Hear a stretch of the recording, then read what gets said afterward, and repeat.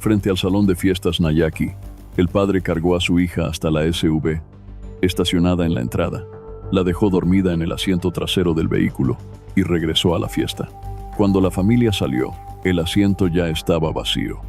Unos decían que la niña desapareció de la SUV. Otros aseguraban haberla visto en la entrada del salón, y ese último momento quedó partido en dos en medio de la noche.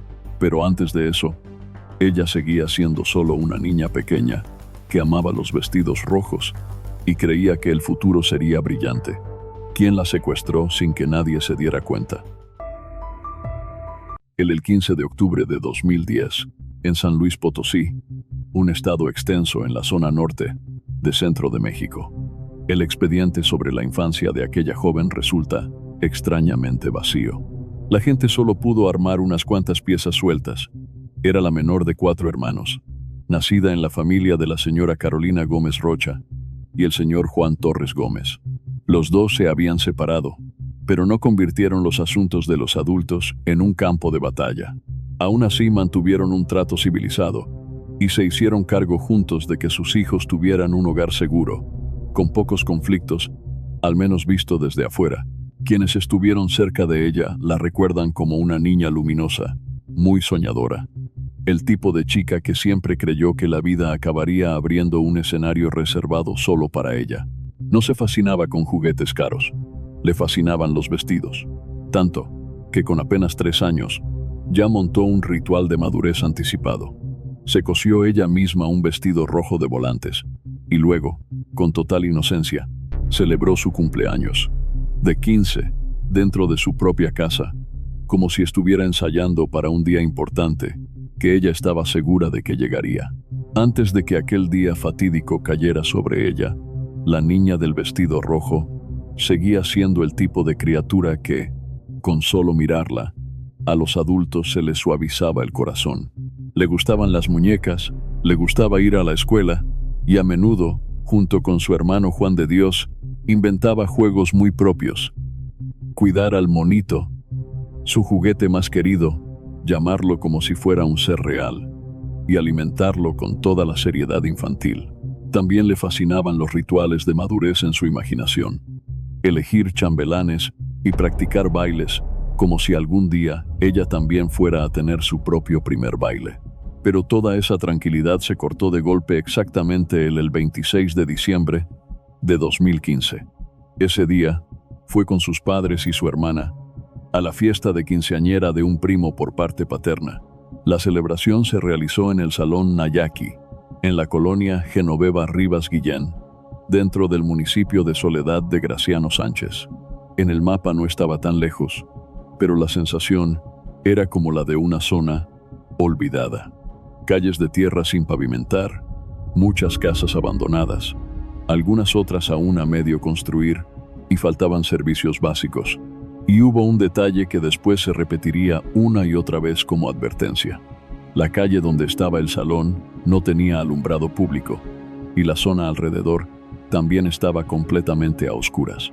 La familia llegó en una camioneta prestada, que estacionaron justo afuera del lugar. Adentro había tanta gente que todos pensaron que no podía pasar nada. Más de 200 personas, en su mayoría familiares del lado del padre. Algunos habían venido desde Austin y Houston, Texas, otros desde Santiago de Querétaro. La música, las risas, el bullicio, una cortina perfecta que adormeció cualquier alerta.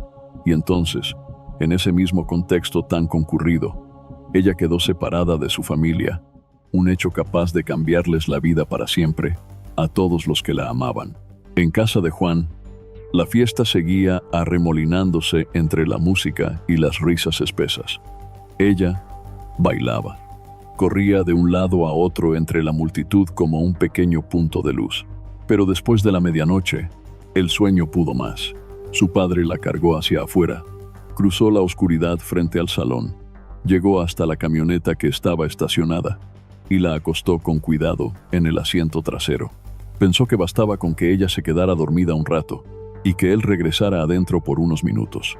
Todo seguiría siendo seguro, una decisión que parecía inofensiva, pero que después se convertiría en el nudo que atormentó a toda la familia. Unos 10-15 minutos después, unos invitados se preparaban para irse y se quejaron de que la camioneta estaba obstruyendo el paso. Juan salió, encendió el motor, avanzó el vehículo para acercarlo más a la entrada y volvió al salón. En su mente, ella seguía acostada atrás, dormida como antes. Unos 5 minutos más tarde, Carolina salió del baño. Esperó a que Juan y la hija mayor terminaran un baile, y luego apuró a todos para regresar a casa. Y justo cuando llegaron afuera, la pesadilla empezó de la forma más cruel. El asiento trasero estaba vacío. No hubo llanto. No hubo señales de forcejeo. Solo que ella ya no estaba ahí.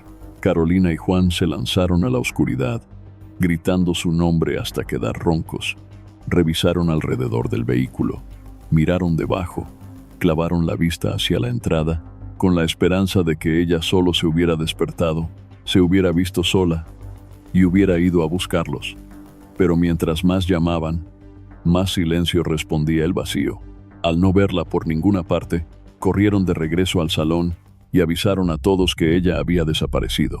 El ambiente festivo, que hacía un momento era puro alboroto, se hizo añicos. La música seguía sonando, pero las miradas empezaron a llenarse de desconcierto. Y entonces apareció un relato que volvió todo aún más confuso. Un familiar dijo que él la había visto en la entrada del salón, cuando salió a buscar un regalo para la quinceañera. Aseguró que esa fue la última vez que la vio durante un largo tiempo. A partir de ahí, el último momento en que la vieron se volvió un detalle vital, porque determinaba si ella había desaparecido desde la camioneta o desde la entrada. Mientras la multitud debatía y esperaba que alguien la encontraría en algún lado, la realidad fue más fría. Solo Carolina, Juan y un primo salieron corriendo a buscarla, revisando dentro y fuera del salón, y luego se metieron por las calles cercanas, esas calles oscuras sin alumbrado, donde cualquier huella podía borrarse, como si nunca hubiera existido. Cuando la familia empezó a pedir ayuda en plena fiesta, muchos se levantaron y se fueron, como si no fuera asunto suyo. Solo al final, cuando llegó la banda, algunos se sumaron a la búsqueda. En medio del caos, alguien llamó a la fiscalía y a alerta Amber en San Juan cerca de la 1:30 a.m. del 27:12, un momento que debía activar el protocolo con máxima rapidez. Pero el caso arrancó con una lentitud increíble. Casi a las 4 a.m. llegaron 2 funcionarios de la unidad especializada, revisaron la zona alrededor de hora y media, y luego le dijeron a Carolina una frase que la heló. No se puede hacer nada más porque está demasiado oscuro. Al amanecer seguimos.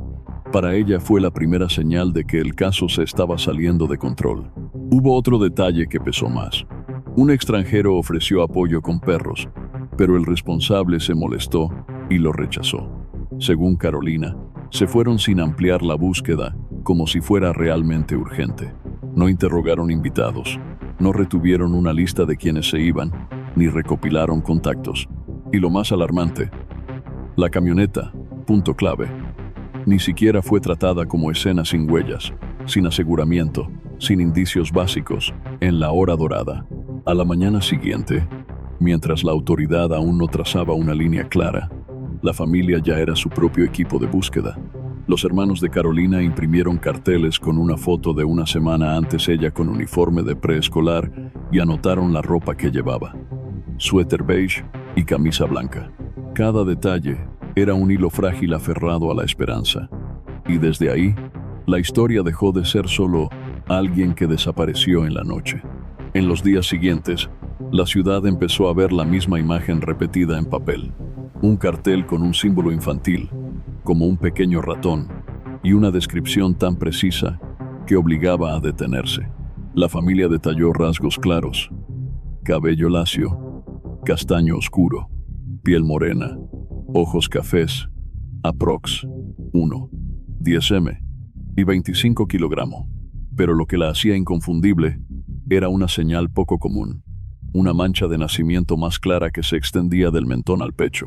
Carolina la subrayó como clave. Era idéntica a la de un tío materno, una seña que, si alguien la veía, no podía confundir. Con la foto como única credencial para sostener la esperanza, la familia volvió una y otra vez a la fiscalía a suplicar y presionar. Tras insistir, solo les permitieron colocar 2 carteles grandes en 2 zonas de la ciudad.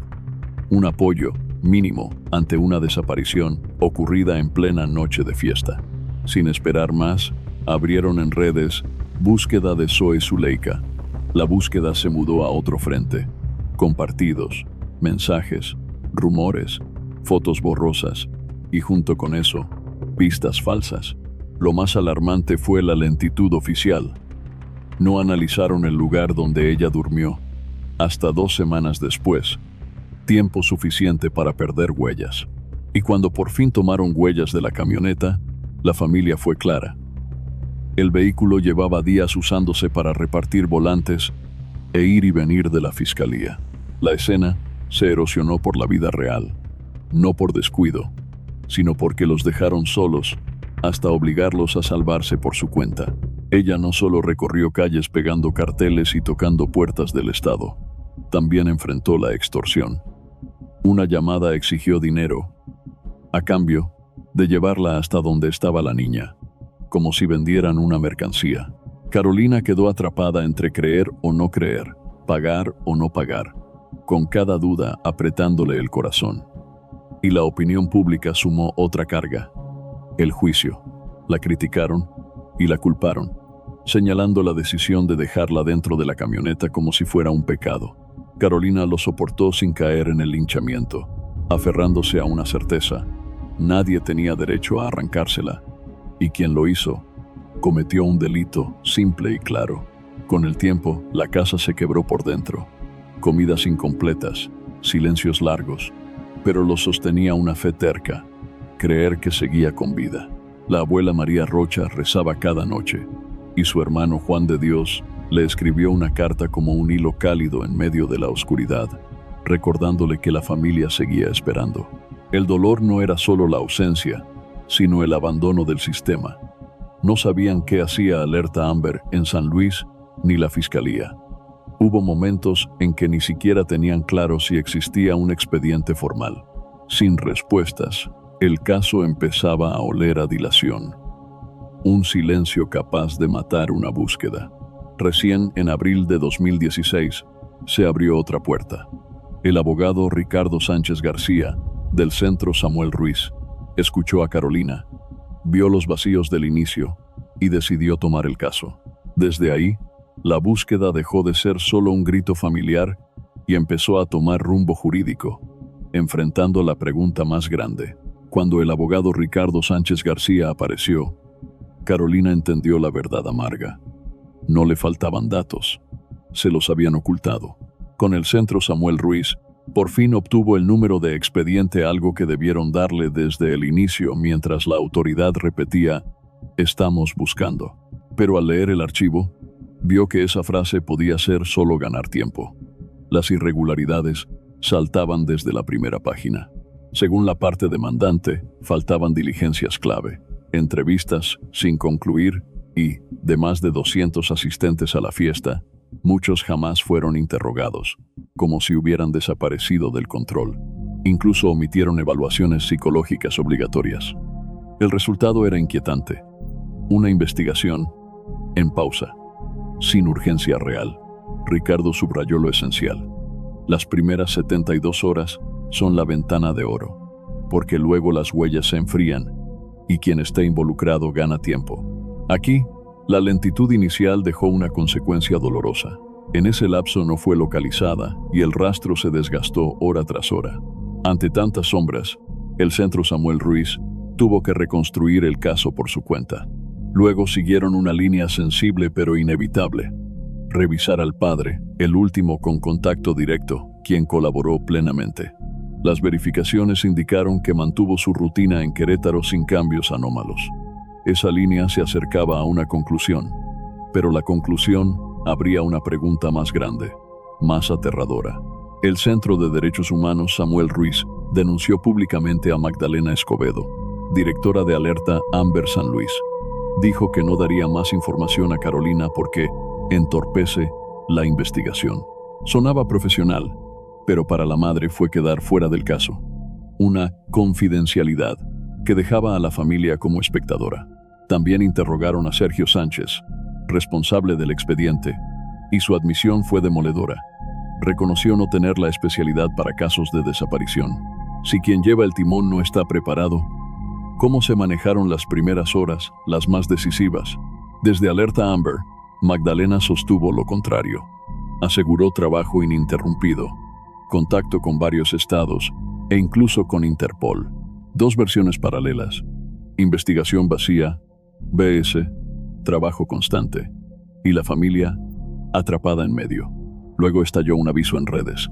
Dos mujeres dijeron ver en Laredo a una niña similar a Zoe pidiendo limosna junto a un adulto. Carolina lo reportó de inmediato. Le dijeron que lo verificarían, pero para ella todo se volvió silencio. El gobierno afirmó coordinación con Tamaulipas y que allí descartaron el dato, pero sin explicar cómo. La familia no supo qué compararon ni a quién vieron. Solo recibió una conclusión final, un sello frío sobre la esperanza, y cuando se sella con tanta opacidad, no muere. Se transforma en sospecha. Por eso, Carolina decidió actuar por su cuenta. Viajó a Laredo, junto con el abogado del centro Samuel Ruiz y un tío de la niña, siguiendo el rumor hasta la dirección exacta donde decían haberla visto. Pero al llegar, la esperanza recibió un golpe. Zoe no estaba allí. Tras varias verificaciones confirmaron que la niña de esa zona no era ella. Una línea que consumió tiempo, energía y dinero terminó en una sola palabra: equivocada. Mientras más avanzaban, más el caso se alejaba de un secuestro por dinero. Hubo extorsiones y gente que ofrecía información a cambio de pagos, pero nunca apareció una exigencia clara de rescate ligada a devolver a Zoe. En su lugar, surgió algo más tóxico. Una lluvia de llamadas: yo sé dónde está, yo la vi, y hasta supuestos videntes que prometían soluciones rápidas si Carolina pagaba. La búsqueda se volvió un mercado de esperanza, y la madre, una clienta involuntaria. El 14/6 de ese año, la familia se reunió con el fiscal general Federico Garza y exigió reforzar la investigación para esclarecer el caso. No solo difundir avisos, las autoridades hicieron lo visible: publicidad digital y difusión constante en redes. Pero para Carolina, eso era más hacer ruido que seguir el rastro real, porque las acciones investigativas centrales seguían faltando. Y el detalle más inquietante: la fiscalía dijo haber tomado declaración a 72 personas, pero no tenía una lista completa de quienes asistieron a la fiesta. Sin esa lista no se puede saber a quién dejaron fuera, reconstruir contactos, ni contrastar testimonios. Peor aún, omitieron datos básicos. Ni siquiera recopilaron de forma completa los números telefónicos clave del entorno familiar, y así tampoco podían cerrar la identificación de los invitados. Mientras se acercaba la fecha conmemorativa del día en que un familiar dijo la última vez que la vio, apareció en una plataforma de videos un canal extraño, sin presentación ni identidad, como un anzuelo directo en la herida de Carolina. Zoe Zuleika, TG 27115. El primer clip era un audio de sollozos con una música repetitiva, fría, con aire de burla. El segundo video fue aún más inquietante: el llanto de una niña que supuestamente se parecía a Zoe, y la descripción erizaba la piel. Insinuaba que a la niña le gusta llorar, una frase cruel, como si alguien disfrutara controlar el dolor ajeno. El tercero ni siquiera necesitaba sonido: una imagen marcada con 27 duodécimos, el día de la desaparición, como una firma que parecía decir: sé exactamente qué día fue, estoy aquí y los observo. La abogada Alejandra de la Rosa pidió investigar de inmediato esa cadena de publicaciones y denunció el estancamiento del caso. Si era real, era un rastro. Si era falso, era terrorismo psicológico. En ambos escenarios, las autoridades debían actuar.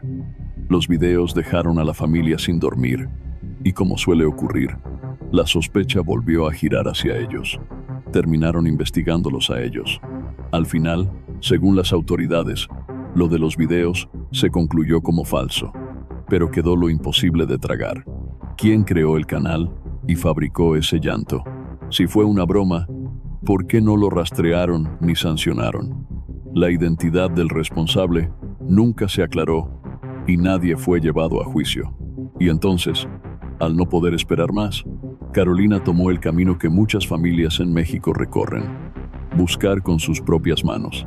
El 31 de enero de 2017, Carolina, junto con su hijo Juan de Dios y otras familias, participó en la Tercera Brigada Nacional de Búsqueda de Personas Desaparecidas en Sinaloa. Ya no eran papeles ni promesas, era pico y pala.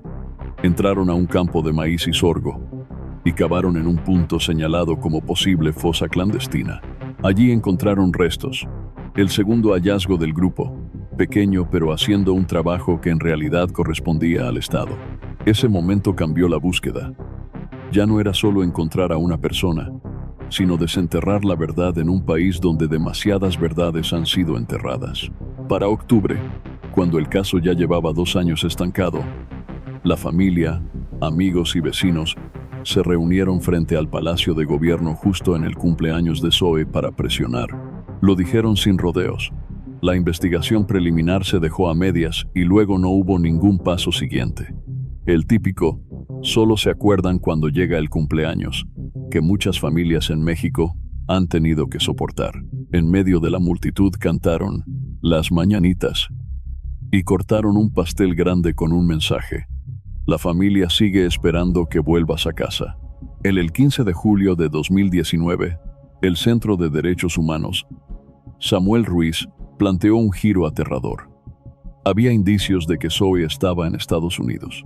La hipótesis: podría haber sido llevada allá con documentos falsos, a través de algunos parientes lejanos por parte paterna, quienes supuestamente tenían conflictos con su madre.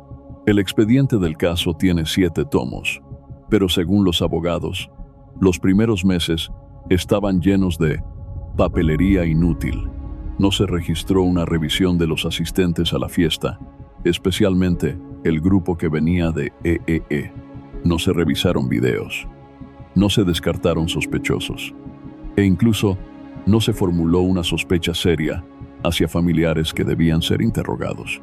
Carolina solo podía aferrarse a una fe, que Zoe quizá estaba en un lugar familiar y bajo cuidado, una fe que le permitía seguir buscándola. El guión más lógico, pero también el más doloroso, es que Zoe se fue con alguien conocido, un rostro lo bastante familiar como para que ella lo siguiera en la noche, sin entrar en pánico.